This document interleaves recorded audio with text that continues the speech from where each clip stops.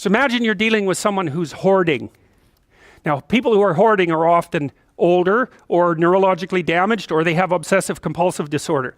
But then you walk into their house and there's like 10,000 things in their house. There's maybe 100 boxes, and you open up a box, and in the box there's some pens and some old passports and some checks and their collection of silver dollars and some hypodermic needles and some dust and, you know, a dead mouse, and there's boxes and boxes and boxes like that in the house. It's absolute chaos in there. Absolute chaos, not order, chaos. And then you think, is that their house, or is that their being? Is that their mind? And the answer is, there's no difference. There's no difference. So, you know, I could say, well, if you want to organize your psyche, you could start by organizing your room. If that would be easier, because maybe you're a more concrete person and you need something concrete to do. So you go clean up under your bed, and you make your bed, and you organize the papers on your desk, and you think, well, just exactly what are you organizing? Are you organizing the objective world, or are you objecting your field, or are you organizing your field of being, like your field of total experience? And Jung believed that, and I think there's a Buddhist doctrine that's sort of nested in there, that at the highest level of psychological integration, there's no difference between you and what you experience. Now you think, well, I can't control everything I experience, but that's no objection, because you can't control yourself anyway. So the mere fact that you can't extend control over everything you experience is no argument against the idea that you should still treat that as an extension of yourself. So you could say, well, let's say you have a long-standing feud with your brother. Well, is that a psychological problem? Is that him? Is it a problem in the objective world, or is it a problem in your field of being? And it's very useful to think that way, because you might ask, what could you do to improve yourself? Well, let's step one step backwards. The first question might be, why should you even bother improving yourself? And I think the answer to that is something like, so you don't suffer any more stupidly than you have to. And maybe so others don't have to either. It's something like that. You know, like there's a real injunction at the bottom of it. It's not some casual self-help doctrine. It's that if you don't organize yourself properly, you'll pay for it, and in a big way, and so will the people around you. Now, and you could say, well, I don't care about that, but that's actually not true. You actually do care about that, because if you're in pain, you will care about it. And so you do care about it, even if it's just that negative way, you know. It's very rare that you can find someone who's in excruciating pain who would ever say, well, it would be no better if I was out of this. It's sort of, pain is one of those things that brings the idea that it would be better if it didn't exist along with it. It's incontrovertible. So you get your act together so that there isn't any more stupid pain around you than necessary. Well, so then the question might be, well, how would you go about getting your act together? And the answer to that, and this is a phenomenological idea too, it's something like, look around for something that bothers you and see if you can fix it. So now you think, well, let's say you go into you can do this in a room. It's quite fun to do it just when you're sitting in a room, like a room, maybe your bedroom. You can sit there and just sort of meditate on it and think, okay, if I wanted to spend 10 minutes making this room better, what would I have to do? And you have to ask yourself that, right? It's not a command, it's like a genuine question. And things will pop out in the room that you know, like there's a stack of papers over there that's kind of bugging you, and you know that maybe little order there would be a good thing, and you know, there's some rubbish behind your computer monitor that you haven't attended to for like 6 months, and the room would be slightly better if it was a little less dusty and the cables weren't all tangled up the same way. And like if you allow yourself just to consider the expanse in which you exist at that moment, there'll be all sorts of things that'll pop out in it that you could just fix. And you know, I might say, well, if you were coming to see me for psychotherapy, the easiest thing for us to do first would just be to get you to organize your room. You think, well, is that psychotherapy? And the answer is, well, it depends on how you conceive the limits of your being. And I would say, start where you can start. You know, if something announces itself to you, which is a strange way of thinking about it, as in need of repair, that you could repair, then hey, fix it. You fix 100 things like that, your life will be a lot different. Now, I often tell people too, fix the things you repeat every day, because people tend to think of those as trivial, right? You get up, you brush your teeth, you have your breakfast, you have your routines that you go through every day. Well, those probably constitute 50% of your life. And people think, well, they're mundane, I don't need to pay attention to them. It's like, no, that's exactly wrong.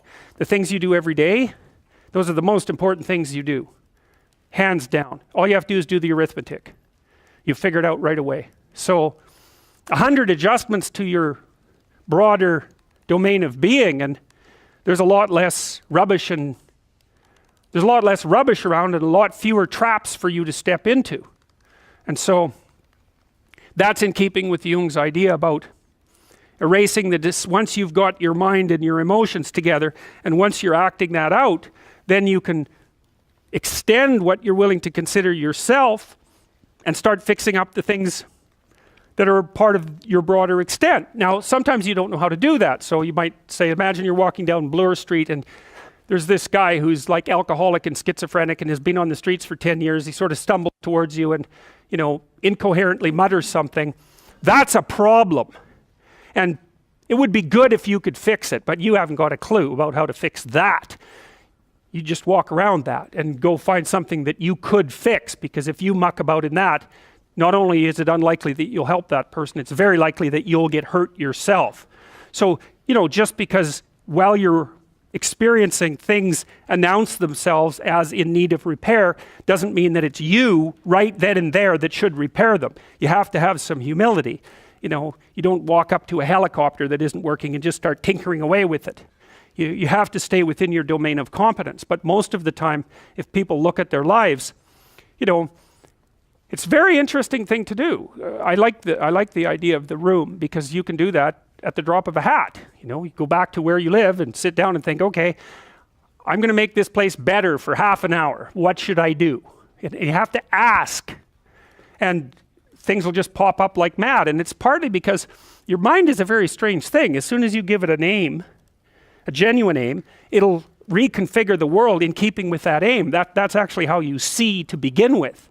And so if you set it a task, especially, you have to be genuine about it, which is why you have to bring your thoughts and emotions together, and then you have to get them in your body so you're acting consistently. You have to be genuine about the aim, but once you aim, the world will reconfigure itself around that aim, which is very strange.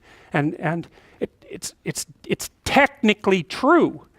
The best example of that, you have all seen this video where you watch the basketballs being tossed back and forth between members of the white team versus the black team, and while you're doing that, a gorilla walks up into the middle of the video and you don't see it. It's like, if you thought about that experiment for about 5 years, that would be about the right amount of time to spend thinking about it.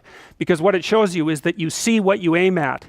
And that, man, if you can get one thing through your head as a consequence of even being in university, that would be a good one. You see what you aim at. And so because one inference you might draw from that is, be careful what you aim at, right? What you aim at determines the way the world manifests itself to you. And so if the world is manifesting itself in a very negative way, one thing to ask is, are you aiming at the right thing? Now, I'm not trying to reduce everybody's problems to an improper aim. People get cut off at the knees for all sorts of reasons. They get sick, they have accidents. There's a random element to being, that's for sure. And so you don't want to take anything, even that particular phrase, too far. You want to bind it with the fact that random things do happen to people, but it's still a great thing to ask. Okay, so Rogers was a phenomenologist, and he was interested he didn't start his philosophy from the perspective of subject versus object, or from the idea of psyche, like sort of inside you, your mind with its layers. That's not how he looked at it. And so let's go through, I'll introduce you to Rogers. And then we'll talk about it more next time. I'm going to start, though, with something that I learned from him that I think was of crucial importance. And so we'll set the stage for the further discussion with this. And I'm going to read it to you. Assuming a minimal mutual willingness to be in contact and to receive communications, we may say that the greater the communicated congruence of experience, awareness, and behavior on the part of one individual, the more the ensuing relationship will involve a tendency towards reciprocal communication with the same qualities, mutually accurate understanding of the communications, improved psychological adjustment and functioning in both parties, and mutual satisfaction in the relationship. It's quite a mouthful. What does it mean? Assuming a minimal mutual willingness to be in contact and to receive communications. Okay, we're having a conversation. I'm deciding I'm going to listen to you, right? That's different than how people generally communicate, because usually when they communicate, they're doing something like, okay, we're going to have a conversation and I'm going to tell you why I'm right and I'll win if you agree. Or maybe you're having a conversation where, I don't know what you're trying to do. Maybe you're trying to impress the person you're talking to. So you're not listening to them at all. You're just thinking about what you're going to say next. Okay, so that's not this. This is, you might have something to tell me.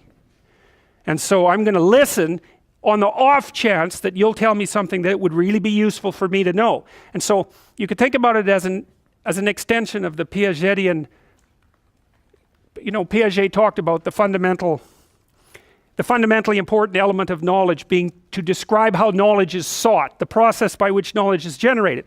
Well, if you agree with me and I find that out, I know nothing more than I knew before. I just know what I knew before. And maybe I'm happy about that because, it didn't get challenged. But I'm no smarter than I was before. But maybe you're different than me, and so while I'm listening to you, you'll tell me something I don't like. Maybe it's something I find contemptible or difficult, whatever. Maybe you'll tell me something I don't know, and then I won't be quite as stupid. And then maybe I won't run painfully into quite as many things. And that's a really useful thing to know, especially if you live with someone and you're trying to make long-term peace with them, is they're not the same as you. And their way they look at the world and the facts that they pull out of the world aren't the same as your facts. And even though you're going to be overwhelmed with the proclivity to demonstrate that you're right, it is the case that two brains are better than one. And so maybe 9 of the 10 things they tell you are dispensable, or maybe even 49 out of 50, but one thing, all you need to get out of the damn conversation is one thing you don't know. And one of the things that's very cool about a good psychotherapeutic session is that the whole conversation is like that. All you're doing is trying to express the truth of the situation as clearly as possible. That's it. And so now Roger's proposition, and I'll tell you why he derived it, was that if you have a conversation like that with someone, it will make both of you better. It'll make both of you psychologically healthier. So there's an implicit presupposition that the exchange of truth is curative. Well, that's a very cool idea. I mean, it's a very deep idea. I think it's the most profound idea. It's the idea upon which Western civilization, although not only Western civilization, is actually predicated. The idea that truth produces health. But for Rogers, that was the entire purpose of the Psychotherapeutic Alliance. You come to see me because you want to be better. You don't even know what that means necessarily, neither do I. We're going to figure that out together. But you come and you say, look, things are not acceptable to me, and maybe there's something I could do about that. So that's the minimal precondition to engage in therapy. Something's wrong, you're willing to talk about it truthfully, and you want it to be better. Without that, the therapeutic relationship does not get off the ground. And so then you might ask, well, what relationships are therapeutic? And the answer to that would be, if you have a real relationship, it's therapeutic. If it isn't, what you have is not a relationship. God only knows what you have. You're a slave, they're a tyrant, you're both butting heads with one another. It's a primate dominance hierarchy dispute. Oh, I don't know, you're like 2 cats in a barrel, or 2 people with their hands around each other's throats. But what you have is not a relationship. So, all right. We may say that the greater the communicated congruence of experience, awareness, and behavior on the part of one individual, that's a reference to the same idea that I was describing with regards to Jung. So let's say you come and talk to me and you want things to go well. Well, I'm going to have to more or less be one thing, because if I'm all over the place, you can't trust any continuity in what I say. There's no reason for you to believe that I'm capable of actually telling you, I'm capable of expressing anything that's true. So the truth is something that emerges as a consequence of getting yourself lined up and beating all the, what would you call, all the impurities out of your soul.